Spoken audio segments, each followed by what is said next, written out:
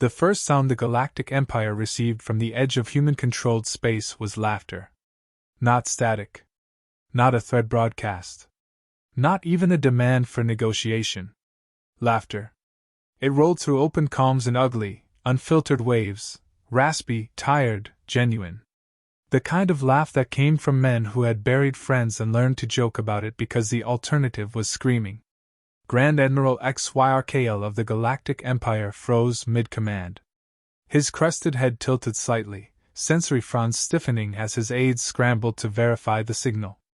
"Confirm source," he snapped. "Confirmed, Admiral," an officer replied, mandibles tight. "Origin, human warships.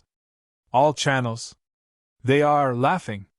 XYRKL stared at the tactical hololith. 5 vessels. That was all. 5 crude asymmetrical ships drifted in the void ahead, scarred hulls, external armor plates bolted on like afterthoughts, engine signatures that looked inefficient by Imperial standards. No ceremonial markings. No unified design philosophy. They looked less like a fleet and more like survivors who had welded together whatever still worked. Behind XYRKL, 47 Imperial capital ships formed a perfect lattice of dominance: dread carriers, command cruisers, and escort wings glowing with shield harmonics refined over 10,000 years of conquest. The Empire had never lost a first contact war. Not once. XYRKL opened a command channel, his voice amplified with the authority of history. "Unidentified vessels," he intoned. "You are trespassing within Sovereign Imperial Expansion Zone Theta 7. Power down your reactors, transmit your genetic registry, and prepare for annexation.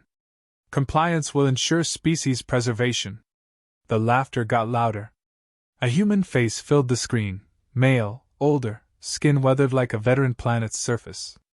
Gray hair pulled back. One eye artificial. He was chewing something and clearly not impressed. He muted the channel briefly and turned his head. "They're doing the annexation speech again." Another voice, female, dry, amused, answered from off-screen. "Classic Empire. No hello, no dinner, straight to the paperwork."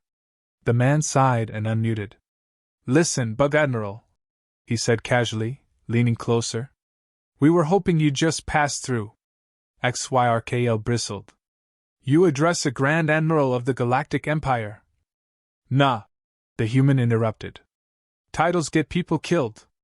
We retired from that nonsense." XYRKL's eyes flicked to his weapons officer. "Fire a warning demonstration. Low yield." A single Imperial cruiser adjusted position and unleashed a controlled stellar lance, precise, elegant, overwhelming. The beam tore through space beside the human formation, close enough to scorch hull plating. A clear message: this could have been you.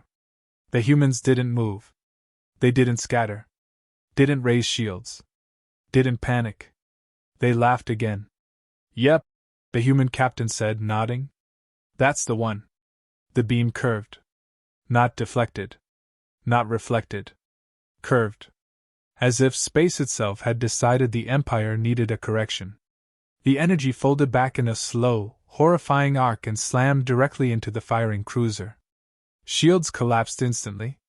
The ship split open along invisible seams, its reactor imploding into a silent white bloom. The cruiser ceased to exist. No debris. No wreckage.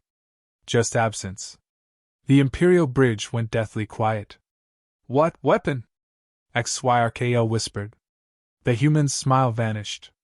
"That wasn't a weapon," he said. "That was us letting your physics finish talking." XYRKL felt something unfamiliar crawl into his chest cavity. "Fear. Identify yourselves," he demanded. The human leaned back, folding his arms. "We're humanity." XYRKL straightened. "The species catalogued as extinct?" The human winced. "Oof. Still hurts hearing that." He gestured behind him. The camera pulled wide. The bridge crew looked nothing like Imperial doctrine predicted. No youthful warriors. No pristine uniforms. These were old men and women. Scarred. Augmented. Some missing limbs. One couple sat side by side, hands intertwined as alarms quietly chimed around them. "We didn't die," the human said softly. "We learned." XYRKL's tactical display lit up with warnings. Human ships were deploying objects, small, black, unremarkable. "Countermeasures!" he barked. Too late. The objects unfolded, not into bombs, but into broadcast nodes. Imperial command channels flooded with archived footage. Cities burning. Refugee ships venting atmosphere. Imperial officers laughing over extermination tallies. XYRKL recognized the campaign. Earthfall. "That war was sealed centuries ago," he hissed. "You lost." The human nodded. "Yeah. We did." His voice hardened. "That was the last war we ever lost." The laughter stopped. Human ships powered up in unison.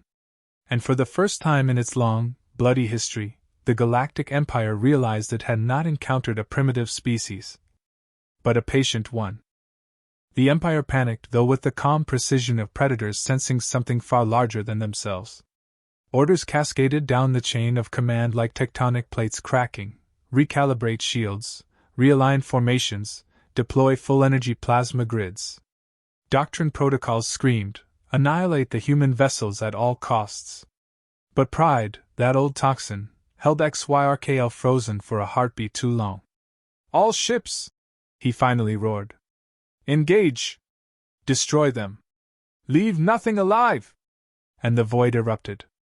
Plasma storms arced across space like incandescent serpents.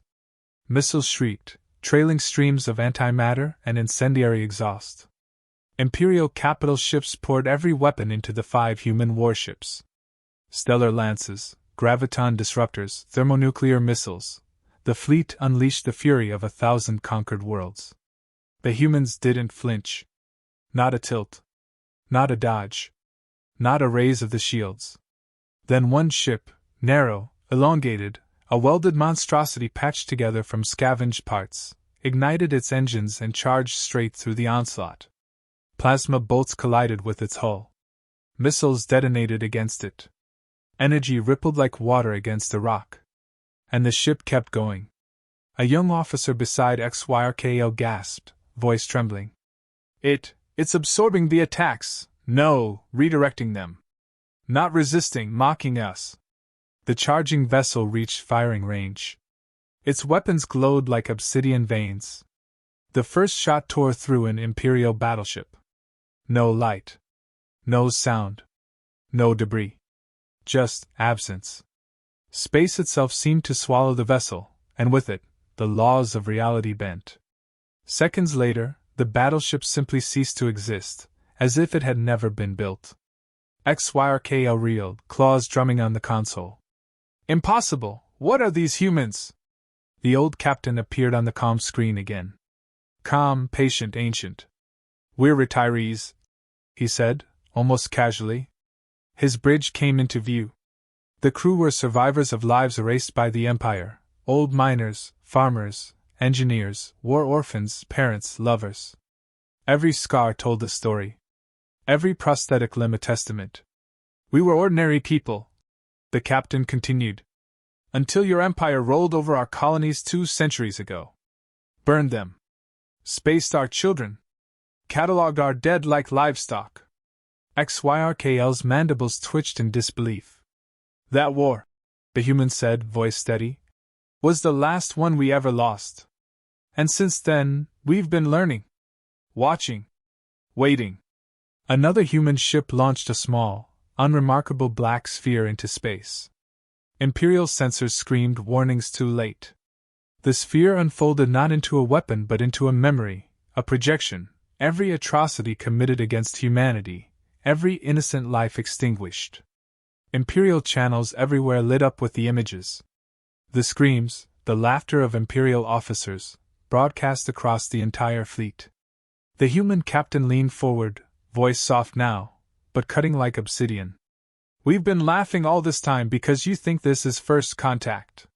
He let the pause stretch.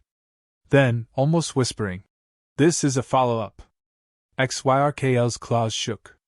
His fleet had firepower unmatched across galaxies, but it was facing something it had never understood. Something that was patient, intelligent, and terrifyingly human. The humans weren't fighting out of pride. They were fighting out of memory. Revenge. Justice. And the Empire, for the first time, realized it had awakened a force it could neither predict nor control. The silence in the Imperial Bridge was deafening, punctuated only by the soft, mocking hum of human engines, idling like predators in wait. And somewhere deep in the void, the old captain smiled.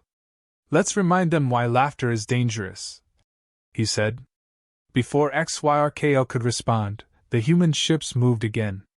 Not evasively, not aggressively, but with precision so terrifying it made the Empire realize something fundamental. The humans had already rewritten the rules of engagement. Space itself was no longer neutral. It obeyed them. And the Galactic Empire, proud, disciplined, eternal, had no idea how to fight back. The Empire began to break. Not in chaos, not immediately, but in that slow, methodical cracking of confidence that spreads like frost across glass. Some ships attempted to retreat. Others tried desperate maneuvers through hyperlanes, only to find reality itself turned against them. Time dilated, subspace corridors folded, their engines screaming in futility. Space, it seemed, had become hostile. XYRKL refused to flee. Honor demanded he stay. Terror demanded he run. He stayed. From the darkness, a human corvette detached from the formation. Small, unimpressive, almost fragile in appearance, but it carried a secret, absolute audacity. It sailed straight into the heart of the Imperial formation, gliding past plasma storms and missile swarms. Imperial sensors tracked it, but the instruments betrayed XYRKL. The corvette didn't merely survive the barrage. It ignored it. It became an arrow, and its target was the Empire itself. When it opened fire, the results were catastrophic. A wedge-shaped hole appeared in the middle of a dread carrier, a complete erasure. Not shattered, not burned, not pulverized, erased. XYRKL's sensors registered absence where presence had been just moments ago. The Admiral's voice cracked.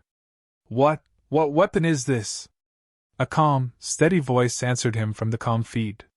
The old human captain had boarded his bridge, literally, stepping onto the flagship as if it were a dock. Boots heavy on Imperial deck plating. Smell of oil, tobacco, and old vengeance clinging to his uniform. "You could have stayed home," XYRKL hissed, claws trembling, mandibles clacking. "Ruled your insignificant systems in peace." The captain's eyes didn't blink. "We tried that," he said, voice low. "Didn't stick." The Admiral recoiled. "Why wait so long?" The captain gestured toward the bridge behind him. A woman, older, steel-gray hair, eyes like sharpened knives, stepped forward. Her presence radiated calm, danger, and inevitability. "Because vengeance is best served intra-sparing," she said, voice laced with steel. "We rebuilt. We learned. We watched you stagnate. We survived while your empire grew fat and blind." XYRKL's claws scraped against the console. "You could annihilate us all." The captain nodded. "Yeah. We could." He tapped a device on his wrist. A live feed spread across the flagship, Imperial core worlds, teeming with life, unscathed, gleaming like jewels in a crown. "But we're not monsters," the captain said. "We're humans." He turned to leave, calm as a predator finishing its hunt. Then the woman spoke again. "But every species you've ever oppressed now has our tech, our maps, our blessing." XYRKL's chest cavity tightened. The hope that had flickered, the tiny ember that maybe they'd be spared, died screaming. For the first time, the Galactic Empire felt true vulnerability. Their doctrines, centuries in the making, evaporated. Their fleets were unmatched in firepower, yet useless in the face of human patience, ingenuity, and the cold precision of revenge measured across generations. The humans didn't gloat. They didn't yell triumphantly. They simply moved, calm, deadly, and inexorable, teaching the galaxy a lesson it would never forget: never underestimate humanity. XYRKL stared as the human captain left the bridge. A single word echoed in his mind, whispered across channels, space, and time. Remember. And in that moment, the Admiral understood the most terrifying truth of all. The humans weren't fighting for survival alone. They were fighting for memory, for history, and for every injustice the Empire had ever committed. The Empire had awoken a force it could not control. And they would pay for it. The war ended without fanfare, without treaties, without parades. The human fleet vanished as suddenly as it had appeared, leaving the Galactic Empire shattered, humiliated, and bleeding from within. Entire fleets were gone, entire chains of command dismantled, not by brute force alone, but by cunning, patience, and the knowledge that revenge could wait centuries. Years later, in a quiet border system far from any Imperial core, the old human captain sat on the porch of a small orbital habitat. The steel-gray woman poured him a drink, her hand steady, her eyes still sharp, still dangerous. "Think they learn anything?" she asked, voice soft, teasing. He shrugged, lifting the glass to the star-streaked sky. "Empires never do." She leaned against him, watching the lights of distant planets. "Worth it?" He stared at the stars, at human warships patrolling trade routes in the distance, not as conquerors, not as tyrants, but as guardians. Symbols. Warnings. "Yeah," he said finally. "They laughed at us once." He raised the glass, a slow, deliberate motion. "Now they flinch when they hear it." Somewhere far across the galaxy, in the cold, ordered halls of the imperial bureaucracy, historians would later write. Humanity did not defeat the Galactic Empire with superior numbers or louder weapons. They won by remembering everything, and laughing last. And the galaxy, old and scarred, learned a new universal law. Never mistake silence for weakness. Never mistake laughter for mercy. The humans, meanwhile, returned to the stars quietly.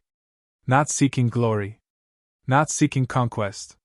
They sought only to remind the galaxy that they were patient, that they were clever, that they were human. And that, when provoked, they would always return, not just to fight, but to win in a way the galaxy would never forget. The old captain leaned back, exhaling slowly. Somewhere, the faint echo of human laughter drifted across space. It was not cruel, not mocking, just inevitable. And that was enough.